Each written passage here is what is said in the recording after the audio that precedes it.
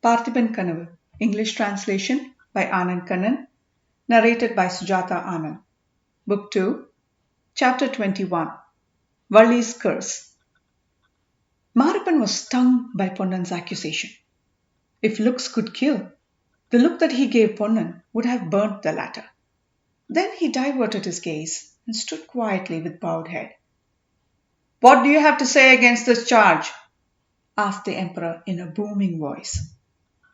Marappan was unnerved. He was on the verge of tears, having experienced a mixture of emotions, including anger and vengefulness. He finally said, "My lord, it is a lie, lie, lie. I did not instigate the prince.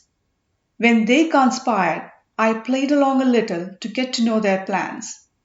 I had kept your general, Achyutavarma Pallavan, informed all along."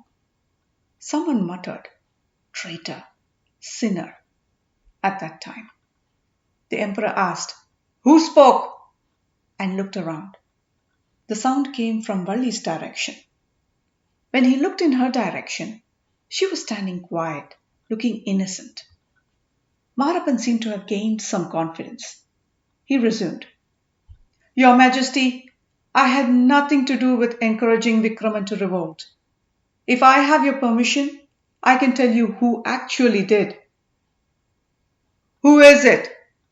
asked the emperor. "There is a sage, sporting matted hair and beard. In reality, he is not a spiritual man. He is an impostor. He used to visit the queen and Vikraman often. He set Vikraman down this dangerous path." Kundavi, who was watching the developments quietly, intervened at this point. She asked, "How do you know? Have you seen the sage?" "Yes, my lady, I have seen him with my own eyes. This boatman, who claims to be innocent, used to host him during his visits. The conspiracy took place in this hut. I tried to catch the phony sage by his beard and discover his identity. Ponnan and Valli foiled my plans." "Bring up my name again. I will cut your tongue," muttered Valli. The emperor smiled at Valli and said, "Young woman, your lips move often, but I can't hear anything. If you have something to say, please speak without fear." Valli brought her palms together as a sign of respect for the emperor and responded, "My lord, this man is lying. It is not true that the sage incited the Chora prince to rebel. The sage is a noble soul. The only reason our queen managed to stay alive is that he visited often to counsel her. The sage tried to stop our prince but failed. Those who lay false charges on the sage will go straight to hell." The emperor said, "Stop. You made your case. No need to curse anyone," and turned to Kundavi. "Did you observe all this, my child?" Kundavi said, "Yes, father. I heard everything. These two have been enchanted by the sage's magic spells. It does not appear that any one of these have been entirely truthful. They all seem to have their respective motives." The emperor looked at Marappa Bhupati and said, "You are not entirely in the clear. I will let you go for now. It is futile for you to aspire for the position of army commander. You still have to prove that you are worthy of that role. Meanwhile, make sure your record is clean. You may leave now." Bhupati left, looking crestfallen.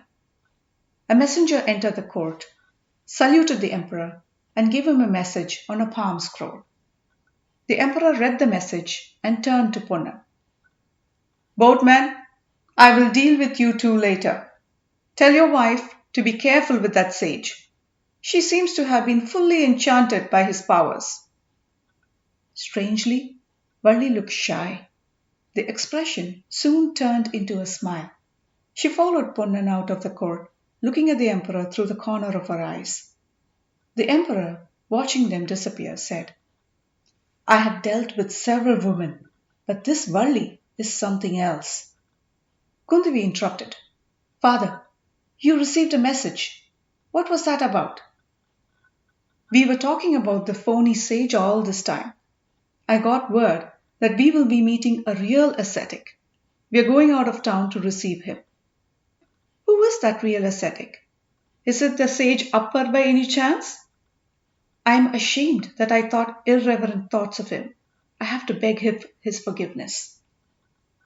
You are still a child. If you thought ill of him, it does not matter in this scheme of things.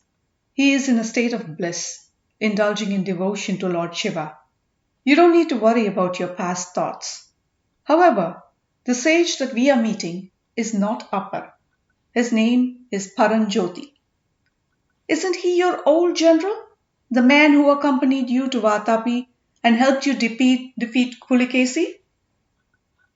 He did not help me defeat Pulikesi. He was the one who defeated Pulikesi. He was the one who destroyed the swarms of Chalukyas who charged us. That brave warrior is now dressed in a single dhoti, prayer beads, and the holy ash. He has been on an extended pilgrimage. He now calls himself Sirutondar, meaning one who renders petty services. Why did he leave the position of general? Did he get old? Asked Kundavi. No, not at all. I will tell you the reason some other time. Now, we are getting late to receive him. His wife is accompanying him. I am going to meet him on the way and receive them. Do you want to come along? Of course, father. I have been eager to meet them too, said Kundavi. End of chapter 21.